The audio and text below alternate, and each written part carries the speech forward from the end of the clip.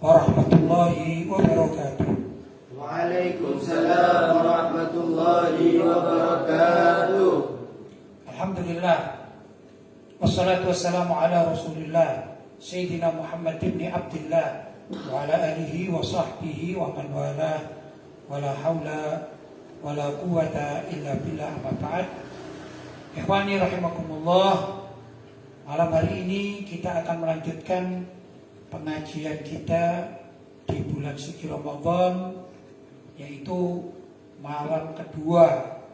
Kalau hitungan kita mengikuti kalender Islam, berarti malam ini kita sudah masuk pada hari kedua bulan suci Ramadan. Begitu, karena masuknya waktu, kalau hitungan itu hitungan Islami, itu adalah ba'dal maghrib. Begitu masuk maghrib, maka hari itu berganti. Ya, tadi pagi kan hari Ahad. Nah, tatkala kita buka puasa itu berarti sudah masuk waktu Isnin atau Senin, gitu ya. Jadi malam hari ini sudah terhitung tanggal 2 Ramadan menurut perhitungan kita yang kita mengawali puasa bulan Ramadan saat ini pada hari Ahad. Begitu hitungan yang disepakati oleh para ulama tentang terkait bulan-bulan Hijriah. Alhamdulillah, pada hari yang kedua ini kita masih diberi kesehatan oleh Allah Subhanahu wa taala sehingga bisa melaksanakan kewajiban kita, baik itu tadi pagi kita berpuasa, ya, siang juga, kemudian ba'dal isya tadi kita melaksanakan sholat tarawih sunnah. Kita melaksanakannya mengikuti sunnah Rasul Shallallahu Alaihi Wasallam dan juga sunnahnya para sahabat, yaitu para khalifah Sayyidina Abu Bakar, Sayyidina Umar, terutama Sayyidina Umar bin Khattab radhiyallahu taala anhu, dilanjutkan oleh para sahabat yang lain, yang mana beliau Sayyidina Umar bin Khattab melaksanakan sholat tarawih itu 20 rakaat tarawih ditambah dengan sholat witir. Kalau kita mengambil sholat witirnya 2 rakaat ditambah 1 rakaat alias 3 rakaat, jumlah yang kita laksanakan adalah 23 rakaat, bukan 21 ya, 23 rakaat. Dan ini dilestarikan oleh para ulama yang mereka hidup di 2 kota suci, yaitu Al-Haramain Makkah dan Madinah. Jadi sampai sekarang ini sholat tarawih baik di Mekah maupun di Madinah itu menggunakan madhabnya ajaran Sayyidina Umar bin Khattab yang mengumpulkan para sahabat radhiyallahu taala anhum dulu, ya, di zaman pemerintahan Sayyidina Umar, itu menjadikan sholat tarawih berjamaah dengan menggunakan 2 rakaat begitu. Kalau dihitung sampai 20 rakaat ditambah witir, dan kita witir mengambil berapa? 2 rakaat sampai 1 rakaat menjadi 23 rakaat.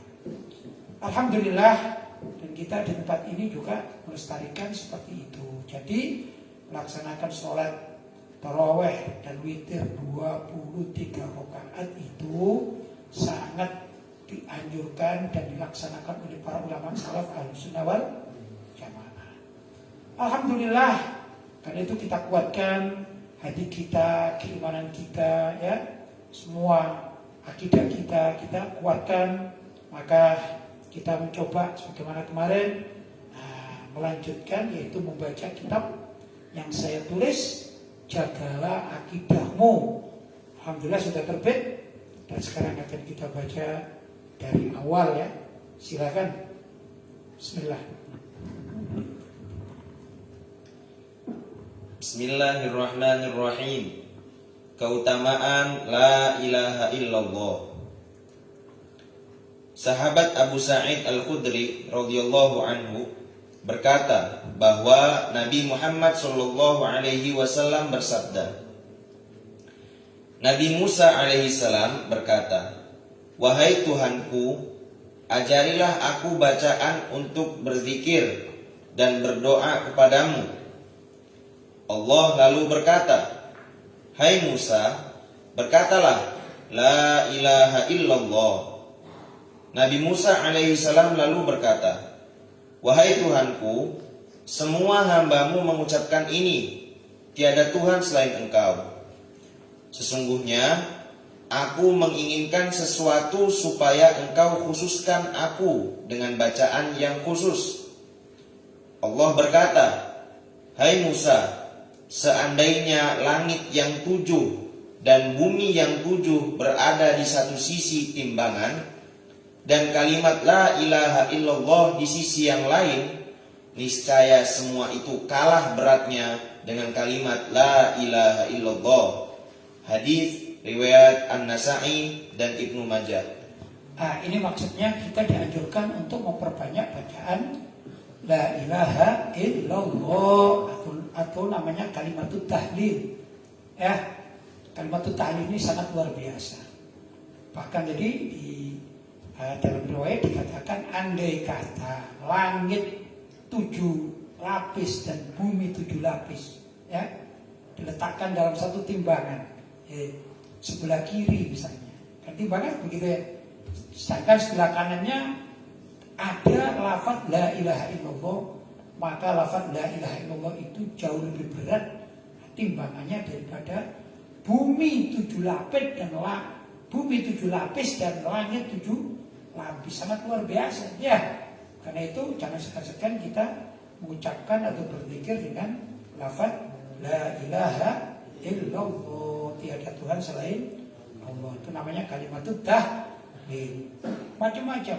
Ada orang membaca kalimatut tahlil itu dengan pelan-pelan, misalnya la ilaha illallah misalnya. Ya. Tapi ada juga yang dengan cepat tapi tetap terukur. La ilaha illallah, la ilaha illallah, la ilaha illallah. Boleh juga, tidak masalah. Yang penting cara melafadzkannya itu benar, gitu. Paham? Lanjut. La ilaha illallah adalah kalimat syahadat yang setiap hari wajib diucapkan oleh umat Islam dalam sholatnya. Barang siapa enggan membacanya, maka ia telah menghancurkan agamanya. Seperti orang-orang yang enggan melaksanakan sholat 5 waktu, maka sesungguhnya mereka telah merusak keyakinan dan akidahnya. Ya, karena lafaz la ilaha illallah itu adalah pangkal dari akidah, gitu ya. Satu-satunya kalimat yang bermakna akidah, yaitu pengakuan kita terhadap ketuhanan Allah adalah apa?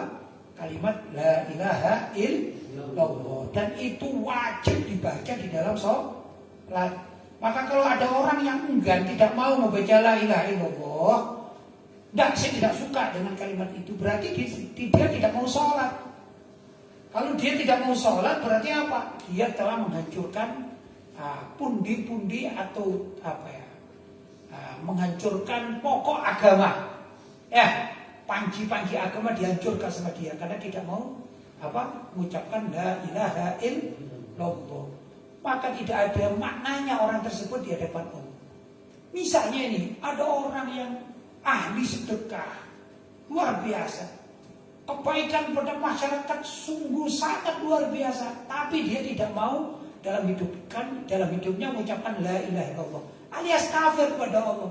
Maka kebaikan itu walaupun bertumpuk-tumpuk dunia dan seisinya itu sama dengan amalannya, tapi dia tidak mau mengucapkan la ilaha illallah, maka amalan yang baik tadi, yang bagus secara manusia itu ditolak. Tidak ada maknanya sama sekali. Dan orang yang demikian ini pasti akan masuk neraka karena tidak mau mengucapkan la ilaha illallah, tiada Tuhan selain Allah. Kenapa? Dia berarti memiliki Tuhan selain Allah, itu satu, syirik namanya.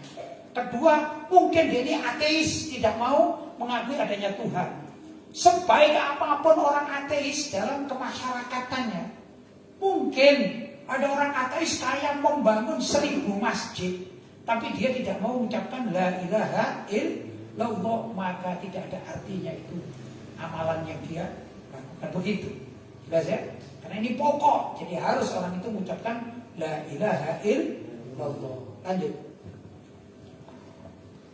Kalimat la ilaha illallah mempunyai banyak nama karena begitu agungnya. Di antaranya kalimat tauhid, kalimatus syahadah, kalimatul ikhlas, kalimatul haq, kalimatut taqwa, kalimat thayyibah, kalimatul baqiyah, kalimatus syafa'ah, dan thamanul jannah. Amanul jannah. Dan thamanul jannah. Lanjut. Dalam hadis qudsi Allah berfirman, La ilaha illallah adalah bentengku. Dan orang yang mengucapkan la ilaha illallah berarti masuk pada bentengku. Dan orang yang masuk bentengku akan aman dari siksaku. Artinya akan selamat dunia akhirat orang yang selalu memperbanyak la ilaha illallah. Ya, nama-nama dari la ilaha illallah itu ada beberapa istilah, namanya kalimatut tauhid, ya, dia kalimatut syahadah, yaitu persaksian, ya, dan lain sebagainya. Dan la ilaha illallah itu termasuk adalah bentengnya Allah. Jadi ibarat kalimat la ilaha illallah itu adalah suatu benteng yang kalau kita mengamalkan atau mengucapkannya berarti sudah masuk pada bentengnya Allah. Begitu ya? Namanya benteng kan dilindungi. Kalau saya mempunyai rumah, kemudian di depan rumah itu benteng. Benteng maksudnya pintu gerbang semacam demikian. Sudah saya kunci, sudah saya segala macam saya amankan. Itu berarti apa? Yang ada di dalam rumah akan aman. Dari apa? Minimal dari apa yang tuan rumah itu kerjakan. Kenapa? Dia dibentengi.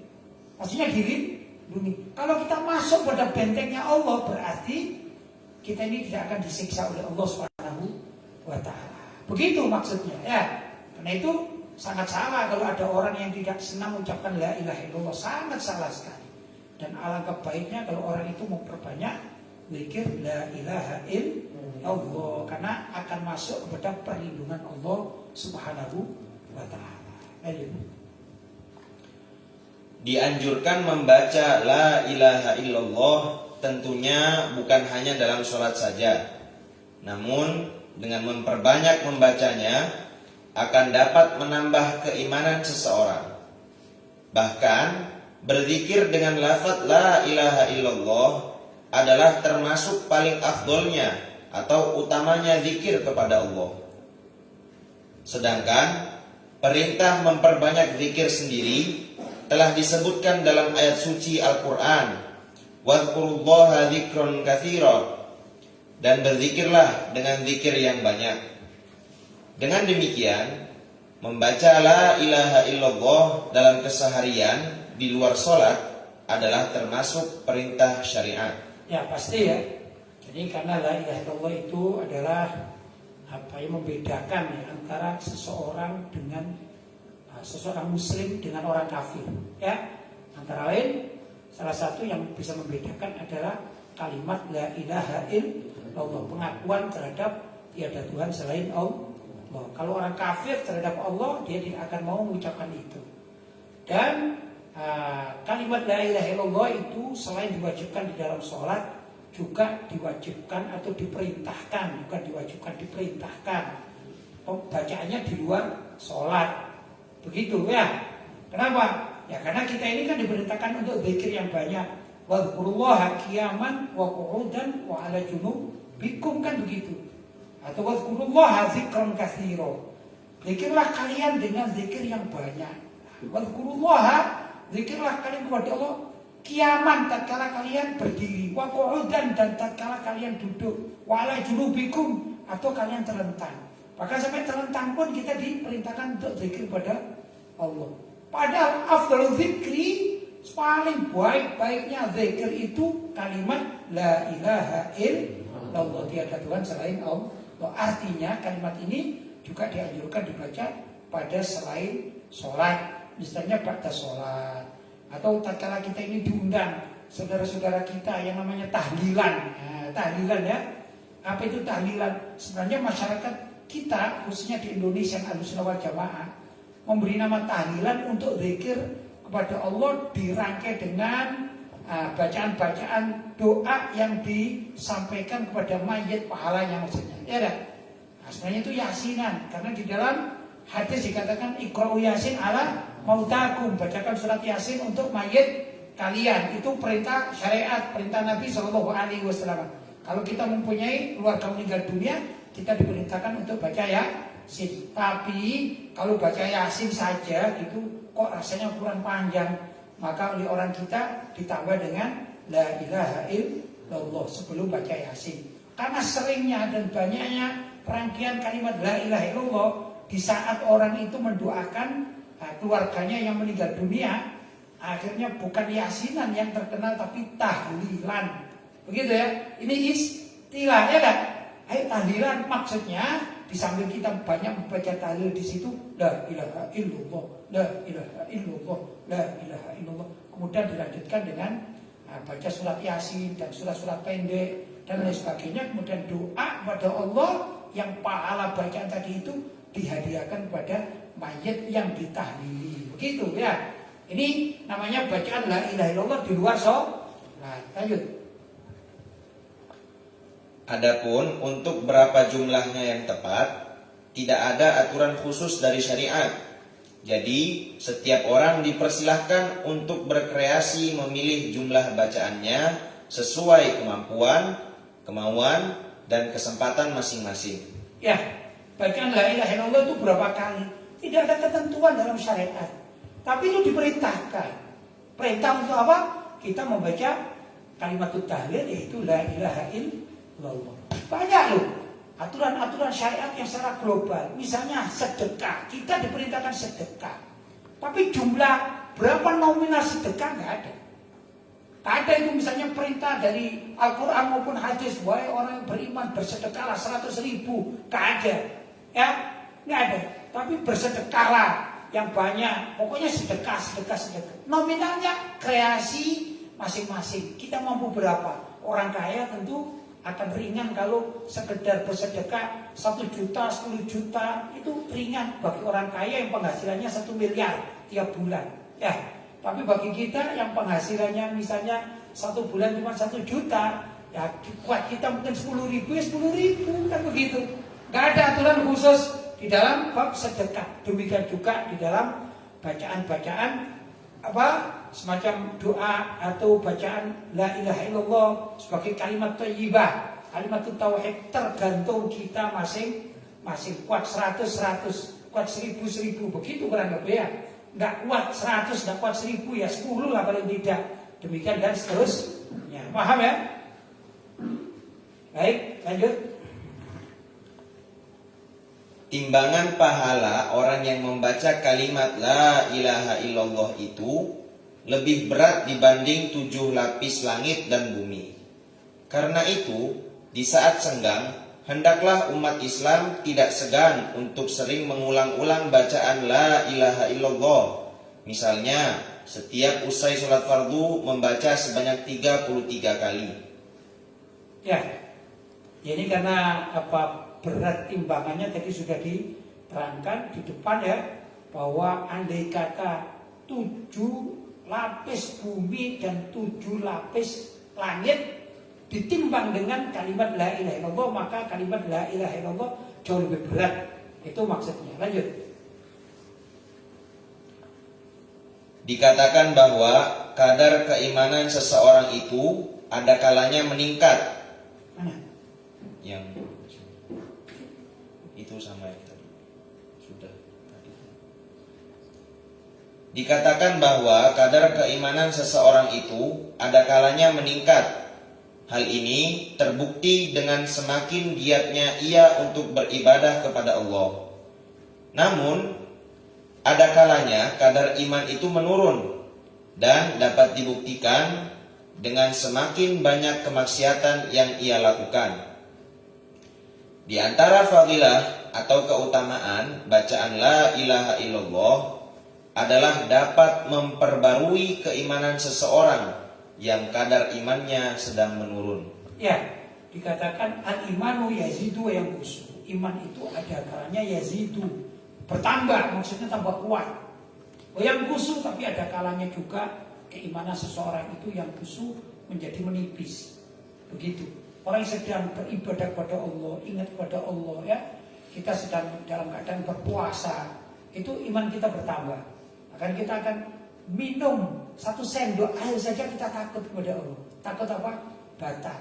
Walaupun kita sendirian misalnya. Kita sendirian gak ada yang tahu orang. Tapi karena kita beriman, kita ngambil 1 teguk air. Waduh, ini nanti diketahui oleh Allah, nanti batal puasa itu berarti apa? Imannya sedang bertambah. Berbeda tatkala kita bermaksiat, itu hakikatnya iman kita sedang menurun. Begitu ya. Ada orang mau mencuri, dicuri aja gini. Padahal Allah tahu, sedangkan dia mengatakan mumpung gak ada yang lihat saya curi lah ini. Ya, ini artinya keimanannya sedang menurun. Begitu kurang lebih. Nah, untuk mempertebal iman atau menguatkan iman, salah satunya itu dengan memperbanyak bacaan La ilaha illallah. Begitu. Ya, lanjut. Sayyiduna Abu Hurairah radhiyallahu an berkata bahwa Nabi Muhammad sallallahu alaihi wasallam bersabda, "Perbaruilah imanmu." Seorang sahabat lalu berkata, "Ya Rasulullah, bagaimana kami memperbarui iman kami?" Nabi sallallahu alaihi wasallam menjawab, "Perbanyaklah membaca la ilaha illallah." Hadis riwayat Imam Ahmad dan Imam At-Tabarani. Ya, jadi di antara cara memperbarui iman maksudnya menguatkan iman agar iman itu tidak lepas dari dirinya, yaitu hendaklah kita banyak-banyak membaca la ilaha illallah. Jaddidu imanakum bila ilaha illallah. Jaddidu, perbaruilah imanakum, keimanan kalian. Ya, perbarui keimanan kalian. Dengan apa? Bi la ilaha illallah, tiada Tuhan selain Allah. Ini perintah dari Nabi Muhammad SAW. Karena itu ya perlu kita perbanyak kalimat la ilaha illallah. Lanjut. Di samping dapat memperbarui kadar keimanan yang sedang merosot sebagaimana tersebut di atas, maka bacaan la ilaha illallah juga dapat membentengi seseorang dari kemurkaan Allah. Lanjut. Tentang kalimat la ilaha illallah ini, di dalam hadis qudsi Allah menerangkan, la ilaha illallah adalah bentengku, dan orang yang banyak membaca la ilaha illallah berarti masuk ke dalam bentengku. Sementara orang yang masuk dalam bentengku akan aman dari siksaanku. Musnad Asy-Syihab. Ya, sebagaimana tadi diterangkan bahwa kalimat la ilaha illallah itu termasuk benteng atau perlindungan dari Allah SWT. Kalau kita benar-benar ingin mendapatkan keridhaan Allah, kecintaan dari Allah, maka dalam memperbanyak kalimat la ilaha illallah. Begitu ya. Sedangkan kalau kita lepas dari kalimat itu dan jauh dari la ilaha illallah, na'udzubillah min dzalik, berarti kita jauh dari benteng Allah. Apa? Bahaya sekali kalau ada musuhnya Allah, maka kita akan dicaplok oleh musuhnya Allah. Siapa musuhnya Allah? Pertama setan. Ya, setan atau orang kafir dan lain sebagainya. Ini masuk musuh Allah yang akan mencaplok orang-orang yang jauh dari bentengnya Allah. Sedangkan bentengnya Allah tiada lain adalah lafaz la ilaha illallah. Ya ikhwan, barangkali itu ya perjumpaan kita di dalam membaca buku Jagalah Akidahmu, karya saya sendiri ya, saya tulis sendiri ini. Mudah-mudahan ada manfaatnya dan mudah-mudahan ke depan kita juga akan mengkaji hal-hal yang lain, insya Allah akan berkesinambungan. Untuk itu saya persilakan, mungkin ada pertanyaan yang sudah masuk, dipersilakan. Alhamdulillah Pak Kiai, pertanyaan sudah masuk kepada kami. Baik. Langsung saja saya bacakan pertanyaan yang pertama. Assalamualaikum warahmatullahi wabarakatuh. Waalaikumsalam warahmatullahi wabarakatuh. Semoga Kiai serta keluarga dijaga dan diberkahi Allah Subhanahu wa taala. Saya mau bertanya, apa hukumnya sholat di belakang imam yang kerja di bank konvensional? Karena beliau juga punya musola di kampung kami dan sering jadi imam di situ. Mohon penjelasannya Kiai, jazakallah khairan. Pertama kita perlu membahas tentang boleh tidaknya kerja di bank konvensional. Ada dua pendapat. Karena kerja di bank konvensional juga macam-macam. Ada cleaning service atau tukang sapu juga kerja di bank konvensional. Ada satpam, ya. Nah, itu kerja, dia digaji. Misalnya satpam atau tukang sapu kan. Cleaning service ya. Cleaning service itu digaji 1 bulannya 2 juta misalnya. Ya dia datang membersihkan plus pulang. Sebagian ulama mengatakan tidak apa-apa. Kerja semacam demikian tidak apa-apa. Udah? Karena dia tidak terlibat dalam sirkulasi bunga bank yang oleh ulama dikatakan ini bunga bank hukumnya riba dan haram. Tapi ini cleaning service, tukang bersih-bersih. Bagaimana? Itu saja. Ya. Tapi ada juga ulama yang mutasyaddid, artinya sangat berhati-hati. Tidak boleh seorang muslim itu kerja pada bank konvensional yang di situ memang terjadi transaksi riba atau bunga bank. Ada dua pendapat ya.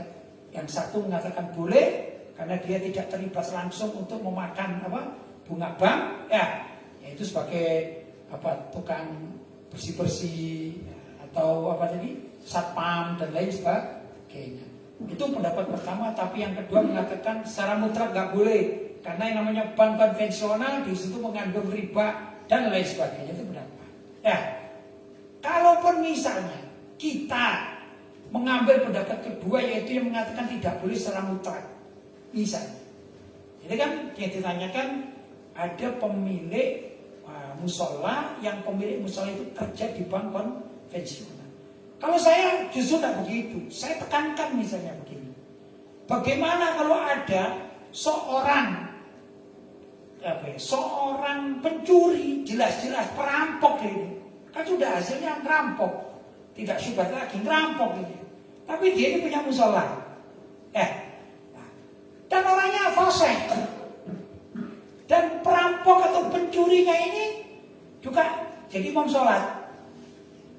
Nah kita sebagai tetangga di situ, misalnya nggak ada lagi musola kecuali di situ. Gimana? Kita boleh nggak sholat menjadi makmumnya orang yang ahli maksiat tadi itu? Apa di sini sebagai perampok? Sudah jelas kan kalau perampok? Kalau hanya kerja di bank konvensional, tadi masih ada dua pendapat. Ya ini tidak perampok ini. Gimana hukumnya? Nah, para ulama Ahlussunnah wal Jamaah mengatakan kita ini makmum. Kita bermakmum kepada orang yang fasik. Fasik ini pelaku dosa besar, fasik. Dan itu tetap sah sholatnya.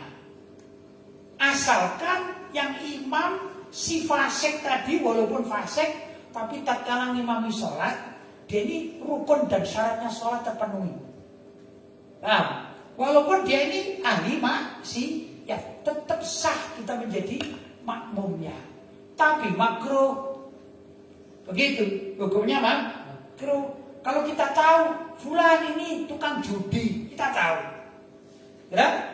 Dia jadi imam dan kita tahu persis sabung ayam, judi, narkoba, apalagi mabuk miras. Kita tahu ini. Tapi suaranya enak memang. Bismillahirrahmanirrahim. Enak memang. Ya, kita kalah fasih. Kitanya kalah, gimana kita jadi makmum? Boleh, tapi makruh.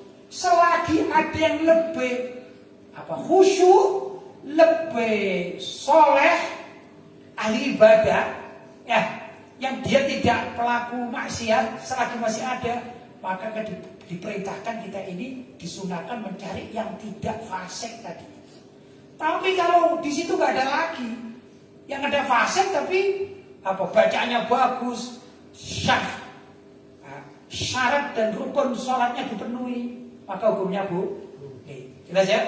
Jadi demikian juga dengan orang yang kerja di bank konvensional tadi itu, kalau dia rukun dan syaratnya dia penuhi, maka kita boleh. Tapi alangkah baiknya, alangkah afdolnya kalau cari imam yang lain yang soleh, anak pesantren misalnya, ya kan? ustadz, kiai, pokoknya ahli khair kan gitu ya, ahli ibadah yang tidak terlibat dalam dunia kemaksiatan. Begitu kalau ada. Paham ya? Lanjut. Lanjut pertanyaan selanjutnya. Assalamualaikum warahmatullahi wabarakatuh. Waalaikumsalam warahmatullahi wabarakatuh. Maaf mau bertanya. Kalau belum sholat asar kita ketiduran, gak ada yang banguni pas sholat azan maghrib. Pernah dengar katanya sholat asar gak apa-apa di waktu kita bangun. Yang ingin saya tanyakan, apa benar bisa pas maghrib sholatnya dan niat qodok atau bagaimana? Terima kasih. Wassalamualaikum warahmatullahi wabarakatuh. Waalaikumsalam warahmatullahi wabarakatuh. Ada orang tidur, misalnya tidurnya jam 2 siang. Jam 2 siang. Tiba-tiba dia bangun sudah azan. Azan ini. Begitu dia bangun azan, ditanya ini azan asar atau maghrib. Ternyata kata orang yang mengatakan ini azan maghrib. Ini lebih mudah kalau bulan Ramadan ini. Kalau bulan Ramadan kan mudah ya. Contohnya mudah. Ada orang tidur jam berapa? 2 siang. Sudah tidur, gak ada yang bangunin. Azan asar gak ada yang bangunin. Sudah sampai azan maghrib, Allahu Akbar, Allahu Akbar, dibangunkan. Ayo buka, ayo buka. Dia bangun, ini azan apa ini? Ini maghrib waktunya buka puasa. Nah, tanya-tanya, astagfirullah katanya. Saya ini belum sholat asar. Itu kan peristiwanya ya. Gimana yang harus dilakukan? Apakah dia harus sholat asar dulu, kodoan atau tidak kodoan atau bagaimana? Perintah yang benar adalah dia ikut sholat maghrib. Artinya mengadakan sholat maghrib terlebih dahulu. Sudah? Kemudian setelah sholat maghrib, maka adalah dia mengkodok sholat asarnya. Begitu ya. Mendulukan sholat maghrib terlebih dahulu karena memang waktunya waktu maghrib. Baru setelah itu dia sholat lagi, yaitu kodok sholat asar. Begitu yang paling tepat. Walaupun misalnya dia bangun kemudian sudah saya mau sholat asar dulu, boleh pada boleh, ya boleh saja, tapi kurang afdol. Yang afdol dia melaksanakan sholat maghrib terlebih dahulu. Kenapa? Karena adanya ini adzan waktu maghrib. Beda dengan demikian. Ada orang tidur jam 2 siang. Sudah. Kemudian dia bangun, kalau saya sebutkan azan maghrib tepatnya jam 5:30 persis misalnya, tepat.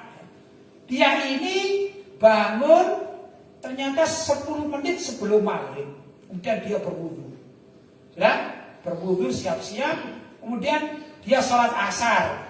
Ini namanya waktu tahrim namanya. Sholat asar. Waktunya waktu tahrim. Ya. Dia dosa dia. Kalau dia sengaja. Tapi kalau nggak sengaja kayak tadi itu nggak apa-apa. Nggak sengaja nggak ada yang bangunin misalnya ya. Nah. Kemudian dia sholat asar. Usalli fardal asri. Arba'a raka'atin mustaqbilal qiblati adaan imaman lillahi ta'ala. Adaan lillahi ta'ala. Allahu Akbar misalnya. Ya. Allahu Akbar, sami Allahu liman hamidah. Allahu Akbar, Allahu Akbar. Ada apa? Maghrib. Tapi dia sempat sholat asar walaupun baru 1 rakaat, maka dia wajib melanjutkan sholat asarnya. Disempurnakan. Begitu. Setelah itu barulah dia sholat maghrib. Itu artinya dia adroka, mendapati sejenak saatan apa pada saat waktu asar. Sedangkan waktu di dalam sholat itu ada beberapa pembagian namanya waktu yang terbaik afdol ya. Nah, itu di awal waktu. Kemudian ada nama waktu boleh jawaz, itu di pertengahan. Kemudian waktu yang tidak boleh itu tahrim namanya ya, di waktu akhir. Misalnya saja anggap sholat duhur lebih mudah bagi kita orang Malang gitu ya. Nah, sholat duhur azannya jam 12, saya katakan begitu. maka jam 12 setelah azan zuhur, la ilaha illallah, doa, kemudian salat berjamaah. Itu waktu afdol terbaik. Kemudian waktu jawas, sebut saja mulai jam 1:30, jam 2 sampai 2:30. Ini waktu jawas. Ya boleh, tapi kurang afdol. Kalau azan asarnya jam 3 persis, maka waktu tahrim adalah misalnya jam 3 kurang 5 menit. Nah ini waktu tahrim dia sudah haram sebenarnya, dosa maksudnya. Ya, boleh tapi dosa. Paham ya? Sudah, kenapa? Sudah mepet dengan waktu asar. Nah tadi ini yang di kejadiannya, andai kata dia ini sholat sholat yang dia tidur asar tadi itu namanya waktu tahrim 5 menit atau 2 menit barangkali sebelum azan maghrib, namanya waktu tahrim. Tapi dia masih adrokan, mendapati waktu asar, gitu kan?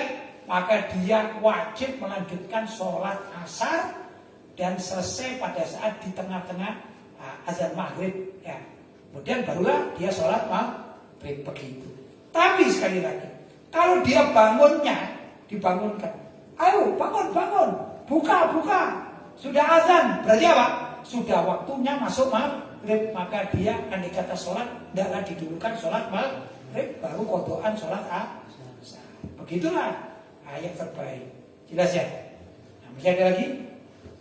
Alhamdulillah, apa yang ditanyakan tadi mudah-mudahan apa yang saya terangkan ini bermanfaat, dan mudah-mudahan kita mohon kepada Allah, semoga Allah juga menjaga waktu-waktu kita, jangan sampai waktu kita untuk sholat itu sering terlambat. Nah, jadi kalau kita yakin bisa bangun, ya kita tidur. Tapi kalau misalnya tidak yakin, kita pasang alarm. Kalau misalnya belum yakin dengan alarm, ya pesan kepada temannya, saya mau tidur ya, nanti jangan sampai telat, bangunin saya. Harusnya begitu kewajiban kita, ya lah. Dan usaha, jangan sampai diam saja tiba-tiba telat sampai kelebihan, kehilangan waktu asar seperti yang ditanyakan tadi. Paham ya? Alhamdulillah. Nah, waktu itu mudah-mudahan pertemuan malam hari ini ada manfaatnya. Kurang lebihnya mohon maaf yang sebesar-besarnya. Ada ma aqulu lakum wal afu minkum. Wassalamualaikum warahmatullahi wabarakatuh. Waalaikumsalam warahmatullahi wabarakatuh.